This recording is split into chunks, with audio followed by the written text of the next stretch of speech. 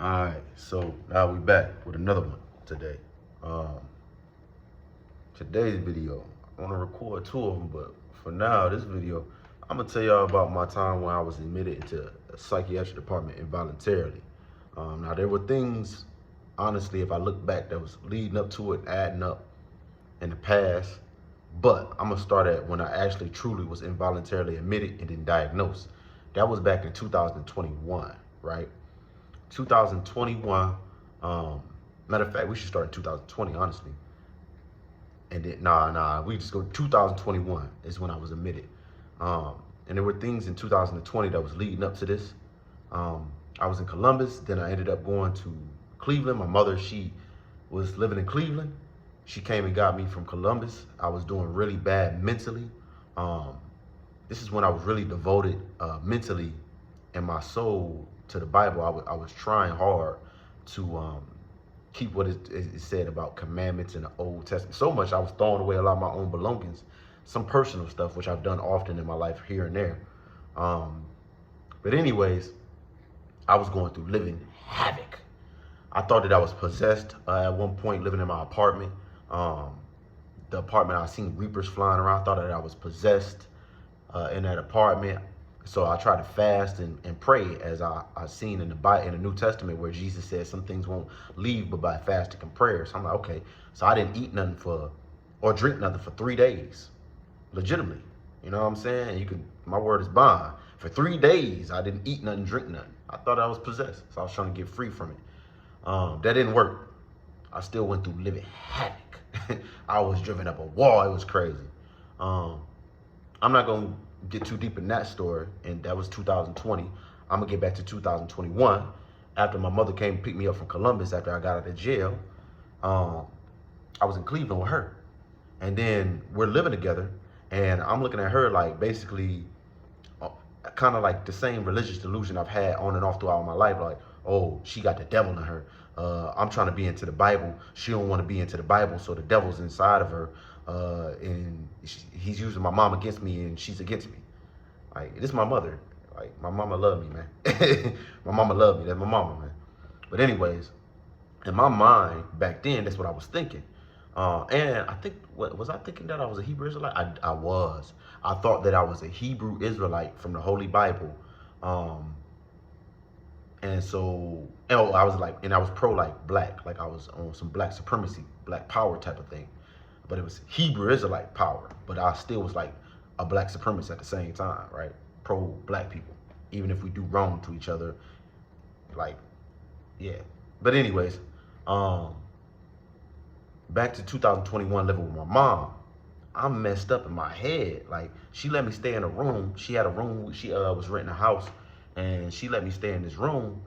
And I'm in the room, and I'm still hearing voices. Like, I remember one time I was laying in my bed, and this fiery, strong voice told me to get up and to kill my mother.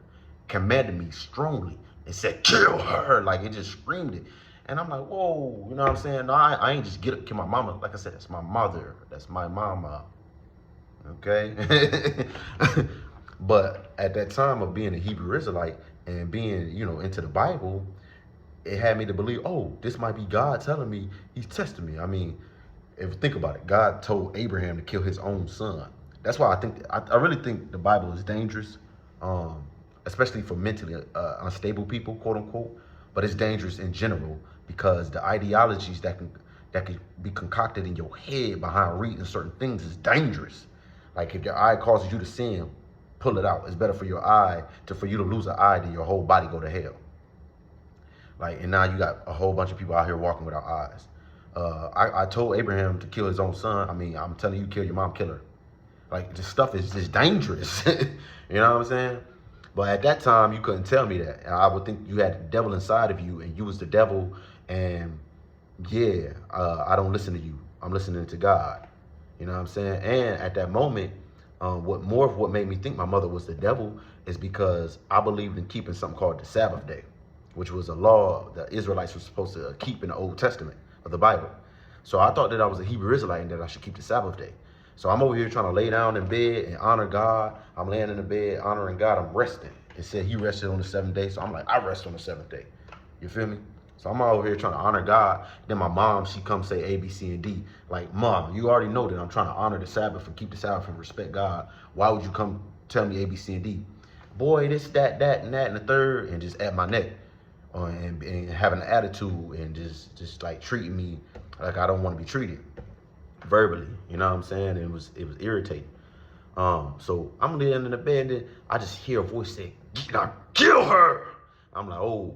So I don't do it, but I didn't want to disobey God neither. So I'm like, God, if you really told me to do this, I need you to do this. And I gave him God a test.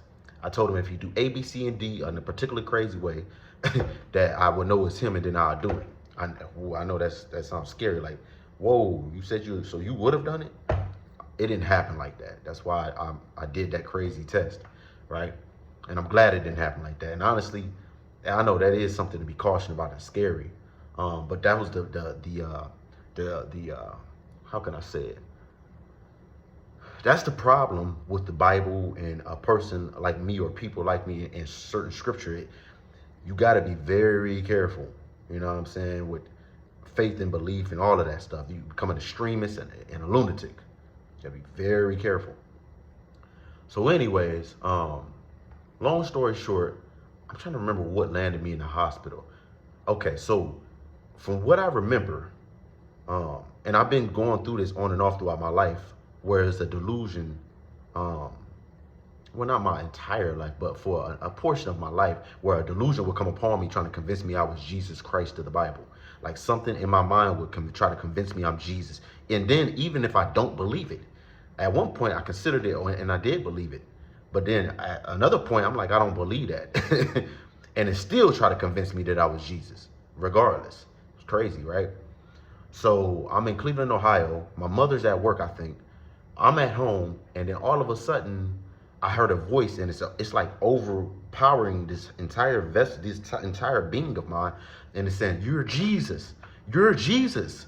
Go kill them. You're Jesus. Go kill them." I'm like, bruh, I'm Jesus. And so I'm in this crazy delusion, and I'm messing around like I got an invisible sword and in my house, but I'm really trying to resist going to do what it was telling me to do. I'm having a delusion that if somebody came in the front door and shot me in the head, and I felt something on the side of my head, like somebody shot me on the side of my head. So I had called the paramedics.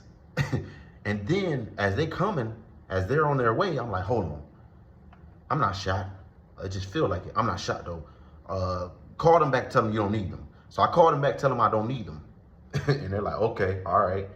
Cause I'm like, I gotta pay money to get in the paramedics. They're gonna charge me a whole flopping bill if I get into that. And I know it. Call them back, say you don't need them. Hey, I don't need them. All right. These are certain details that I remember about that time before being involuntarily admitted. And then I remember being guided out of the house and just going for a walk, I guess, because I was so screwed up. I'm walking, and I'm walking down the street. This is Cleveland. This is Cleveland, Ohio. Harvard. I think that might have been. Was it Harvard? I'm walking down Harvard. I think it was Harvard. I'm walking down Harvard, and something feel like it's tugging me, like it's just dragging me one way or another. And I'm thinking that I got some type of evil witch at me. Like, I had a crazy experience on a CODA bus here in Columbus with a woman. And so I'm kind of like thinking she's behind it in my mind. And I'm thinking about what she said. And I'm messed up. So I'm walking down the street. And then all of a sudden, I turn around from my remembrance. I think I ended up in a Burger King at some point. Yeah, I ended up in a Burger King at some point. And as I'm in a Burger King, my mind starts telling me, you remember that girl you had sex with? That was a man. I'm like, no, oh my God. No, that wasn't a man. No. So I'm going crazy, like, oh my God. I had sex with a man. I didn't, because you got to understand, this was before I accepted homosexuality. I had never willfully had sex with a man.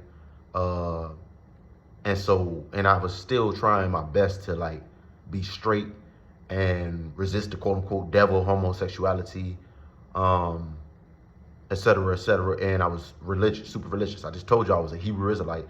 and et cetera, et cetera. So you got to understand, hearing something like that in your head and then thinking about it and in the state of being that I was in destroyed me. And so it's telling me in that woman you had sex with, that was a man. You had sex with a man and blah, blah, blah. I'm looking at this other person. She looks odd in my vision. You know what I'm saying? She like as if and as if she was one of the people that I had sex with. And so I was just screwed up. It was so much chaos going on upstairs at one time. I finally fell on the Burger King floor and just laid on the floor, literally. And then in my mind, my arms spread out, you know what I'm saying? Like Jesus Christ on the cross. And I think I might have even heard a voice saying, this is your crucifixion, or I'm gonna crucify you, or something crazy like that. You know what I'm saying? So I'm laying on the ground, and the workers or some people come around me and they're like, are you okay? Are you okay? No, that man's not okay. I'm screwed up. I messed up. And they was kind enough, I think, I don't know if anybody helped me get off the ground, but somebody held on to my book bag, because my book bag has some valuable possessions of mine. And I'm so grateful to that beautiful soul that held on to my belongings and didn't sell my stuff, didn't throw it away, didn't steal it, didn't give it up, while I am out of my flipping mind. And I know I'm not alone, because I've been watching YouTube videos and a lot of people are going through some crazy crap. So anyways, I get up off the Burger King floor, and then I end up walking outside down the street like a zombie. I'm dang near feeling like a zombie. I'm walking down the street like a zombie, and when I get to this house, it's a car in the parking lot that's reminiscent of my abusive stepfather that my mother was with when I was growing up, who traumatized me with a lot of traumatic experiences. But I had a Stockholm syndrome upon me that wanted him, no matter what he did to me, wanted to continue going back to him and look at him as the pillar and the source of knowledge, wisdom, and what it means to, you know, get through this life and this system. And so when I seen that car, I'm like, okay, he's someone, you know what I'm saying, I could trust. That's not him. He live in Columbus. I'm in Cleveland. And that car ain't even the same color as his car. But since they had the same crack in the window, something in my mind was like reminding me of that moment. And I'm thinking about him. And so I walk over to that area. Like, bro, what are you doing? I walk over to that house. And when I walk over to that house, I go up to the door, and I don't know if I might have knocked on the door. I can't remember. But the person answered it. And when they answered it, they like, can I help you? Who are you? And I'm like, oh. And my mind, it was like, this ain't his house. My stepdad I was growing up with was used to being around. This ain't his house. I'm screwed up. And so I'll just fall down, or I sit down, or get down on his porch, and I just lay there or sit there. No, I lay there or something like that. And he's like, hey, man, are you good, man? Hey, go, you got to go, man. Whoop, whoop, whoop. I'm just there. So then they called the police. And when the police came, the police, they're asking me questions. I don't answer none of their questions. Because you got to remember, I'm hearing stuff in my mind. And sometimes the thing would tell me basically to not trust nobody else, or don't talk to people. Or to just, so it wouldn't just harm people. You got to understand that. But anyways, the police come. One of the police officers is a Caucasian, the other is a so-called black female. And the Caucasian officer, he said, yep, PCP. I didn't smoke PCP. I used to smoke marijuana a super duper long time ago, but never PCP willfully. And I don't smoke PCP. And I stopped smoking marijuana. I wasn't even smoking around that time. Matter of fact, I was irritated, and I still kind of had to deal with that irritation of people smoking around me, because I don't want to smell it. I don't want nothing to do with it. And when I was a slave to marijuana, it was super hard to quit. It was eating up my money, my time, my mental state, everything. I was not what they call it? A productive smoker, as they would say, a productive smoker. You get what I mean? So he said PCP.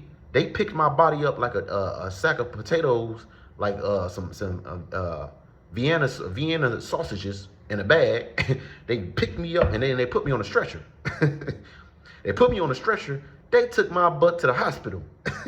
Probably some people were like, yeah, where you belong. Well, hey, I guess you can't be mad at that. They took me to the hospital, man. This ain't even no laughing matter, because this is my life, and it's really messed up. And I wish I ain't had to go through that, but I did. So I go to the hospital. I'm screwed up. And this is, you got to remember, this is around COVID time. I was paranoid about COVID vaccine. People talking about mark of the beast and this, that, and the third. I was paranoid about that. I was paranoid about medication in general, or trusting doctors and hospitals and stuff. I was paranoid about that in general.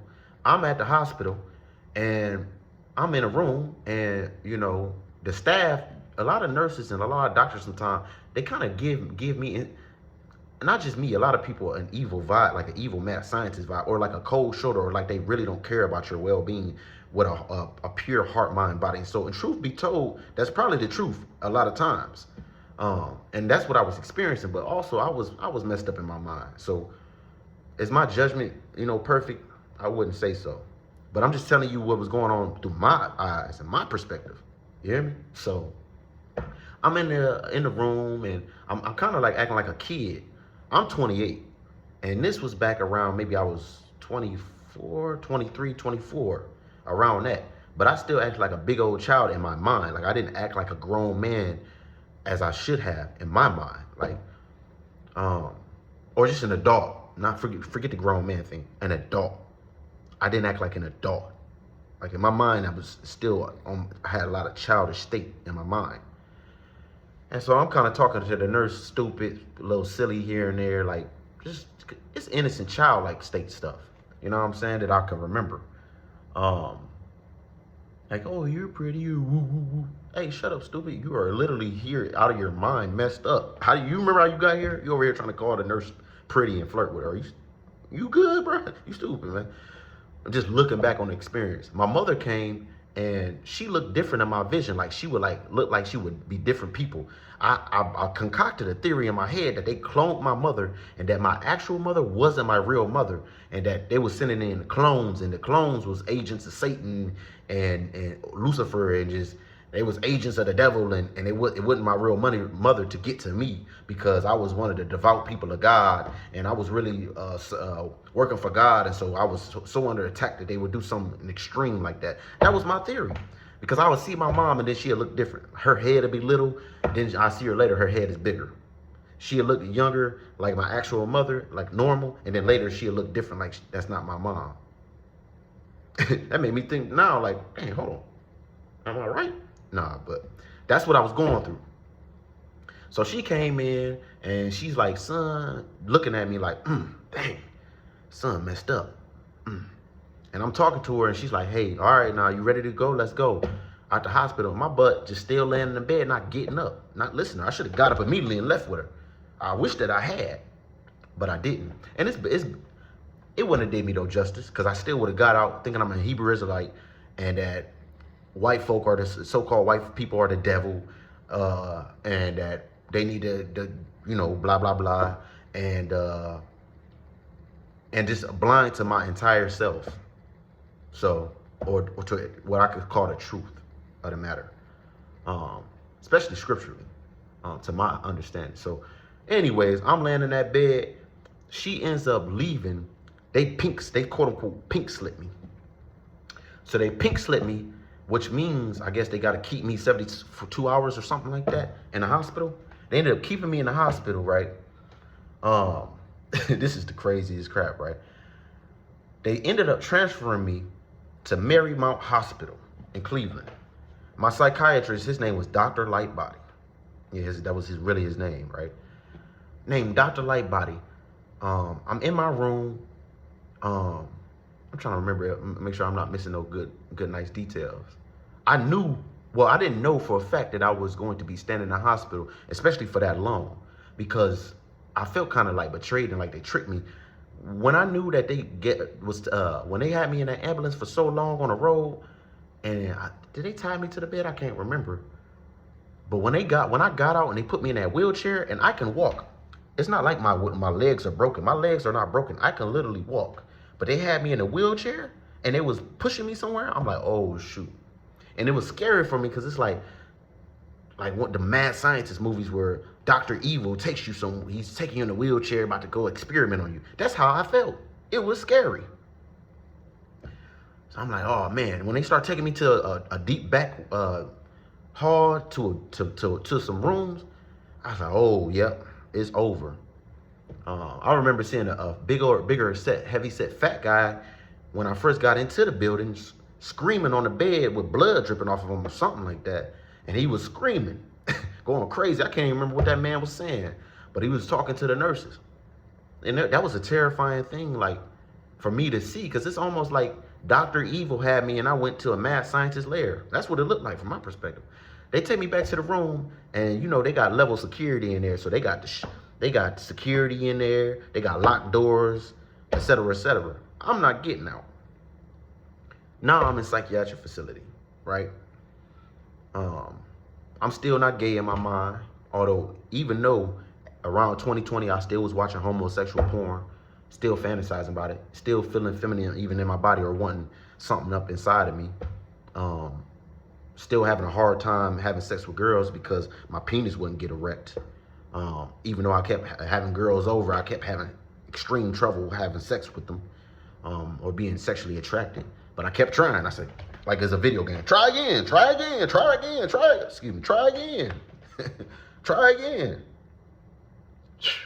Wasn't keeping a job, wasn't keeping a dang flipping job. Lived in that freaking horrible, weird afflicted apartment. Cursed apartment. Got reapers flying around. It's just some crazy crap that I'm seeing. Boom. Now I'm at the hospital. So now I'm in the hospital, and I'm like, where I'm gonna go home? And they're real stern in that hospital. Like, go back to your room or go sit down. They give you stern commands. You don't really feel compassionate and love in there too much. I did get a sort of kindness, you know, here and there, but it was really stern. I'm like, dang, man, what the heck? I just got it. What the heck? So now I'm in the hospital. I'm laying in my bed because I'm speeding up the story. Excuse me. I remember nurses coming in my room. They look weird, they look like blobs, almost. They look humanoid, but they almost look blobbish at one point walking to me. The Dr. Lightbody, he looked like a mad scientist with his glasses on. He come with his clipboard talking to me. You know what I'm saying? They're like, hey, so we're going to get you out of here. At first, they thought it was drugs that I was on. Like I told you, I didn't do drugs. Now, my mother smoked marijuana. She was mad at me that I told the folk at the hospital that. But shoot, what do you expect? I'm in the hospital. And I'm out of my flipping mind. You know what I'm saying? So I was thinking that maybe my mother's marijuana might have affected my thinking or whatever. And in the past, she has put something in my food, some type of medication, because, and from what she told me, she did it because I was acting, I needed to calm down. And she swears it was a Benadryl or something like that. But she put it in my food, which also led to me being paranoid of her. Because like, why would you do that? Sneak something in my food for me to take, and I'm a grown adult. I told you that I'm seeing stuff. I witnessed this phenomenon with this other person. We both witnessed it. I'm not crazy. He could tell you we witnessed it, and you keep on making it seem like I'm crazy. I'm not crazy. Not all the way. I mean, some of the things I've witnessed is real. So, anyways, I'm thinking that maybe she could have done something to me, or maybe she was smoking something bad, but I didn't know for sure. I know I didn't smoke. So Dr. Lightbody, he thinking that I'm on some type of drug and it should just wear off and I should be good to go. But then later on, he changed his consensus and he was like, oh no, this is actually a case of schizophrenia. This guy is mentally ill. We need to keep him longer. So he ends up getting a court order to keep me. I was in psychiatric facility for like 3 months. Yeah, for a long time. That was a long time, man. And I was paranoid in there, man. And I still was experiencing weird stuff. Like, it was Halloween time. I remember Halloween time, I felt this very, very, very, very evil presence over near me in my bed. And I thought that somebody was out here killing babies and sacrificing them. Because that's the way, the level of evil that spiritual entity felt was like if somebody was killing babies and then eating them and sacrificing them. It was that level of evil. So I'm like, I'm noticing stuff. I already told y'all a little bit of my other story, my psych story, with another experience I had. I don't know if that was the first time I went to psych or the second one. But I'm just in there, you know what I'm saying? I did eat good. They fed me pretty good. But I was in there with other folk, and I ain't gonna lie. And it might sound crazy coming from my mouth, but some of them other folk in there seemed like they needed to be in there. There was one guy in there who I remember him running out of his room, and he was like, if y'all gonna think I'm crazy, I'm gonna act crazy in here. And he was in his underwears, little dude, way smaller than me. And he over here walking or kind of running away from the security guard. Big security guard. He like look like he's 6'5" or something, and he just walking pacing slow like, hate my job. Here I go, gotta catch this guy. I was seeing stuff like that. Another guy, his name was Jerome. I don't work for the hospital, so I can tell people names, right? Because that's not my job. I don't have to worry about confidentiality, right? Another guy, his name's Jerome. They said he been into the psych over 10 times or something like that. And he didn't even speak no English. I never heard him speak English. But I seen him often come out of his room with a fierce energy, just acting erratic. He swung on a nurse.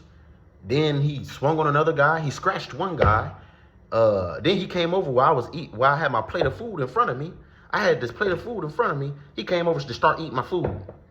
For real. Then after he ate the food, now listen to this. After he ate the food, he took off his sock or something like that. This story might be a little wrong, but I'm trying to remember to the best of my ability.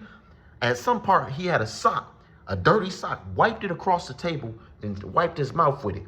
What the? Listen, bro, I witnessed some crazy stuff in the psych. Man, and I just laughed about it when he ate my food. I didn't want that nasty food to begin with. Plus, they could have just gave me another one, so I wasn't tripping about it. You know what I'm saying? That's Jerome, and I seen them medicate him, and it was not working. They would what's that word called? Not induce sleep upon him.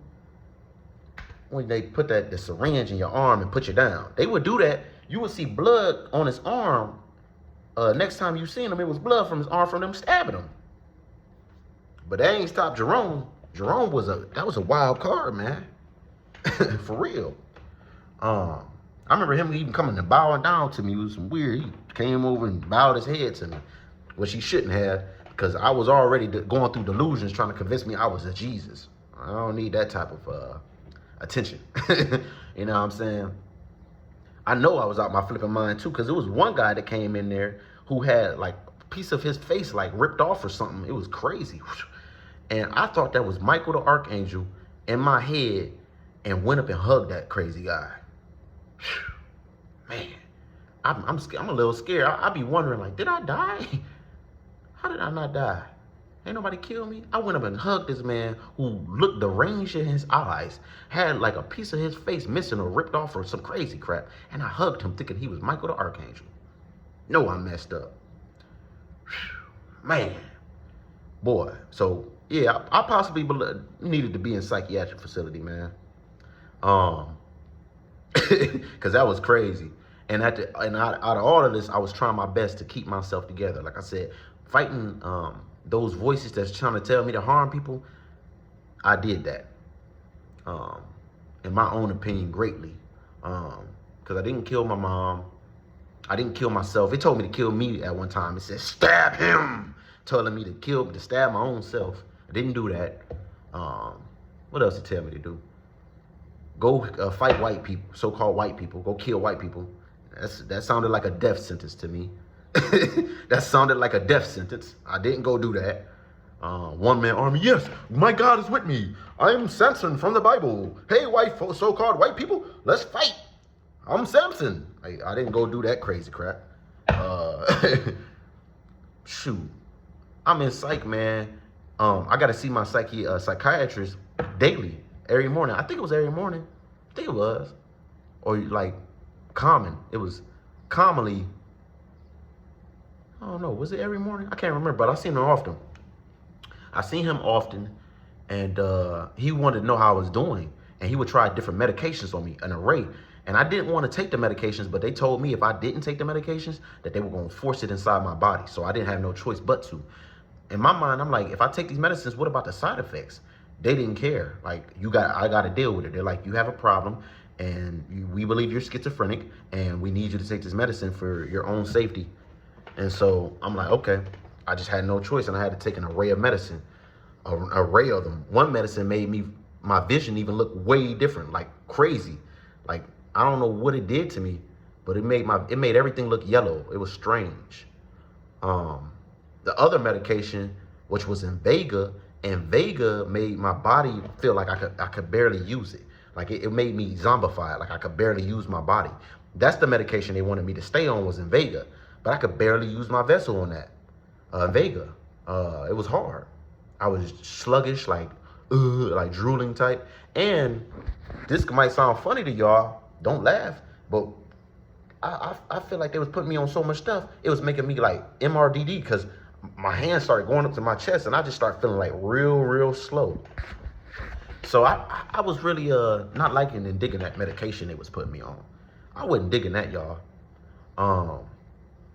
Yeah, I wasn't digging that. And they kept doing it. It was nothing I could do about it. They gave me pill forms. I took them. And I was still super Christian, so I felt like I had to tell these people the truth and never lie because that's the godly thing to do, even though they're drugging your body. They're drugging you. So I was taking the medicine. Then at some point they came and it was injecting me with stuff. I remember one time they did put me to sleep because they felt like I was irritated, and it was all because it was a Caucasian woman, fat, heavier woman. I told her I didn't eat pork, and she had an attitude like she had to do extra work. Like, woman, what the? I told you I don't want to eat pork. I was trying to be religious, Hebrew Israelite. I told her I don't eat pork. She acted like it was a problem and caught an attitude about it. And then, long story short, I remember going to the security take me in a room and talk to me about it. I can't remember how that stuff went down. Long story short, I remember the sheriff coming with a staff of nurses and telling me to go to my room, and then they ended up injecting me with some medication that put me to sleep. You know what I'm saying? And I was irritated. I didn't even swing on nobody. I didn't harm nobody. I didn't punch nobody. The whole time I was in psychiatric, I didn't swing on not one person. Somebody else swung on somebody because I was in my room and I heard somebody get stolen on. You just heard a pow. And everybody was like, oh, and somebody said, Michael, no. I remember that. I never did that. I didn't stab no nurses. Now, I wanted to do some crazy crap because they had me messed up. They was drugging my body against my will and telling me what they wanted to do. Y'all not the Most High God. Y'all don't know everything perfectly. You over here trying to play God over me and over my body like you know what to do. You know what I'm saying? Before I even got in here, I didn't hurt nobody. When I was dealing with my schizophrenia on the street, going crazy, I didn't hurt nobody. I ended up on somebody's front porch. Okay, messed up. You know what I'm saying? Call my mom. Tell her come get me. I'm messed up. I need some rest or something. Whatever. But it is what it is. I'm not completely mad about being involuntarily admitted because I was messed up.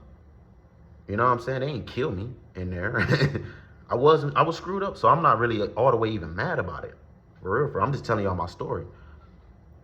Dr. Lightbody, my psychiatrist, he had called me in to talk to him in the morning times, and he's like, well, how are you doing on the medicine? And I'm like, it's not going to do nothing.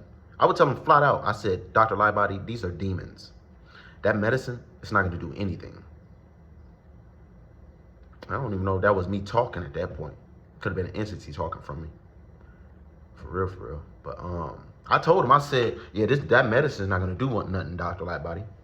And he's like, well, I think you need it, and I think you got some schizophrenia going on, and he just kept me longer and kept drugging me up with different drugs because I would tell him that it wasn't working, and I would keep telling him that it was spiritual and it was demons and blase. And he said, finally, at one point, it may be that, but he still felt like I needed some medication. So they put me on a Vega, and then after so long of being in psych, I finally understood. I said, okay, I know what I got to do. What I have to do is lie. And I was like, I really don't want to. I'm a Hebrew Israelite. I'm not supposed to. It's against God to lie. I said, no, forget that. Lie. Tell them the medicine is working. Because if you don't, they're never going to let you out. So tell them the medicine is working. Plus, Dr. Lightbody at some point was trying to put me in state hospital. He called the court system telling me I was flirting with the nurses. I wasn't flirting with the nurses. I promise you. In that place, I wasn't. Now, before I went to that place, I flirted with a nurse. I wasn't flirting with the nurses when I went to that place. I was concerned on getting out.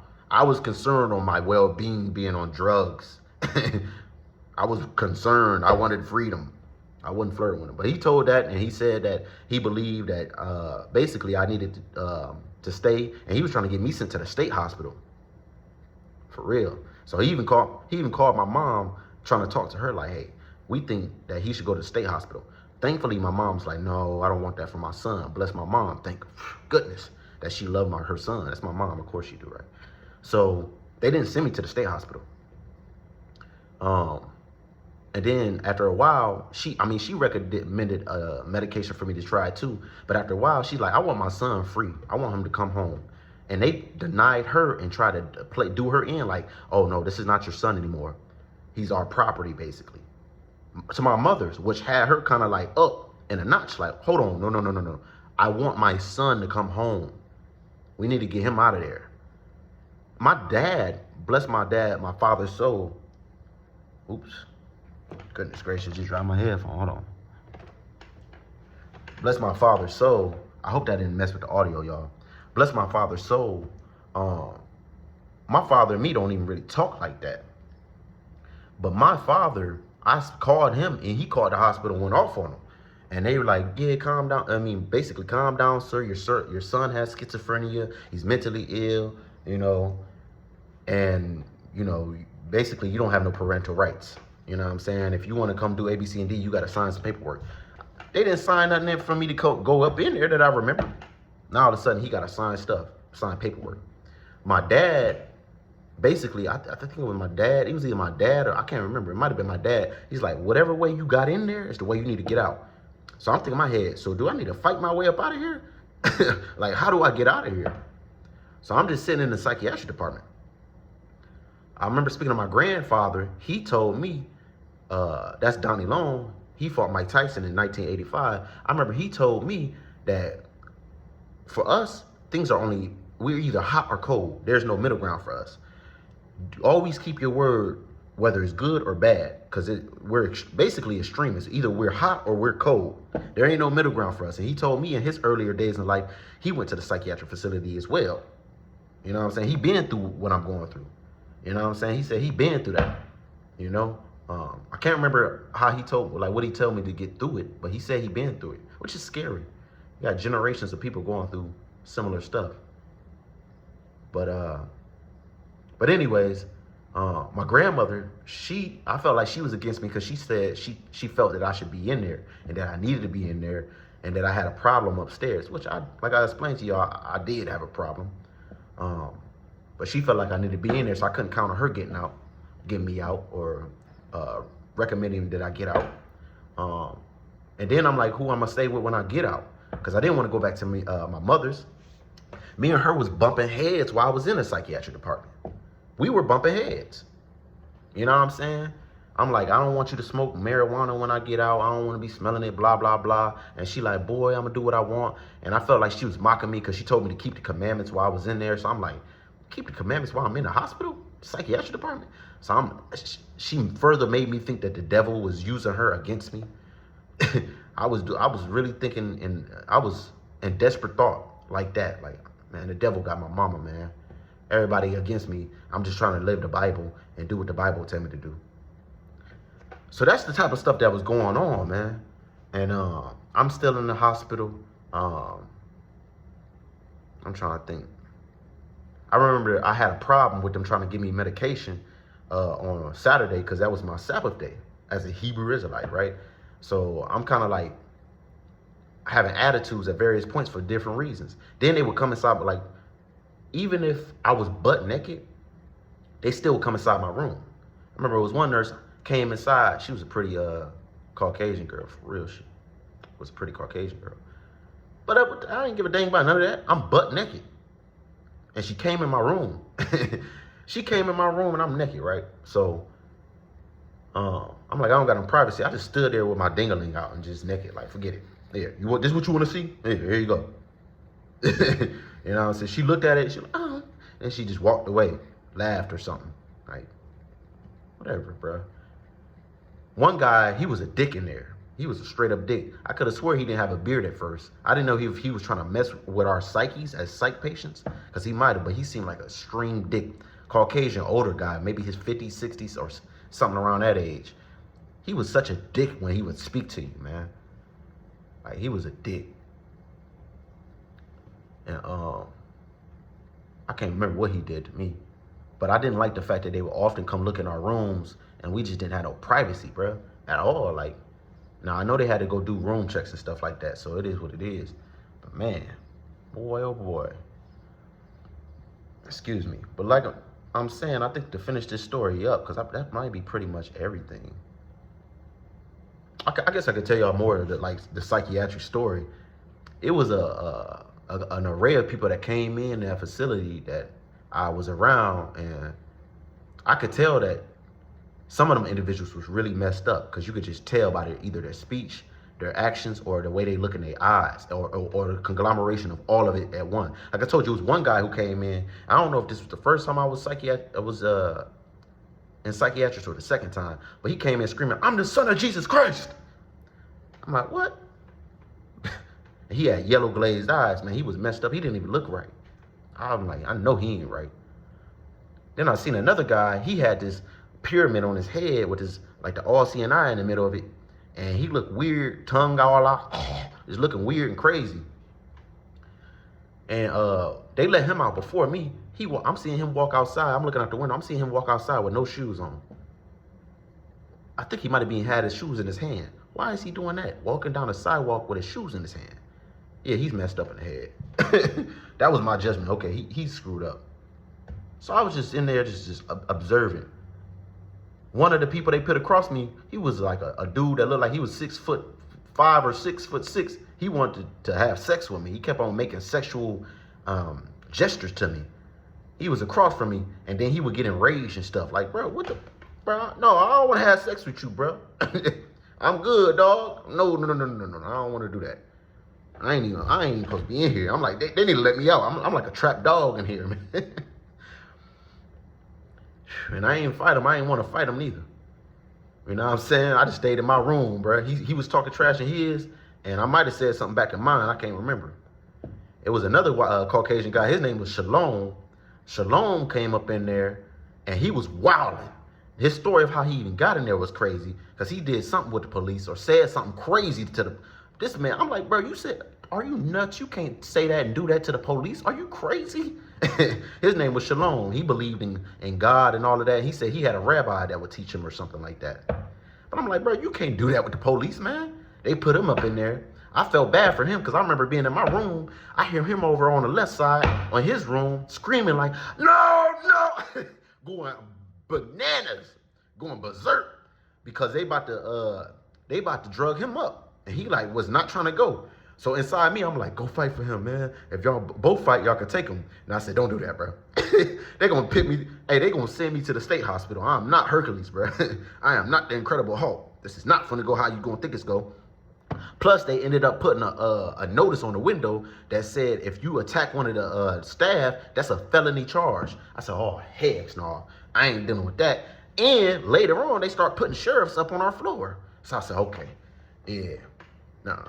They ain't gonna carry me away in the bag, because my mother had told me they killed my cousin, one of my cousins or a family member who was mentally ill and in psychiatrics or something like that, and they killed him or beat him to death or something like that. So I said, oh, no. I'm not gonna do that then. Whew, no. I just knew better.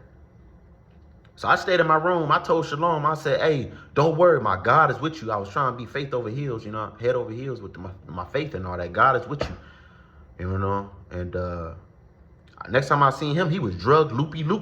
He was looped up, loopy. Yeah. I'm like, yeah, they got you, boy.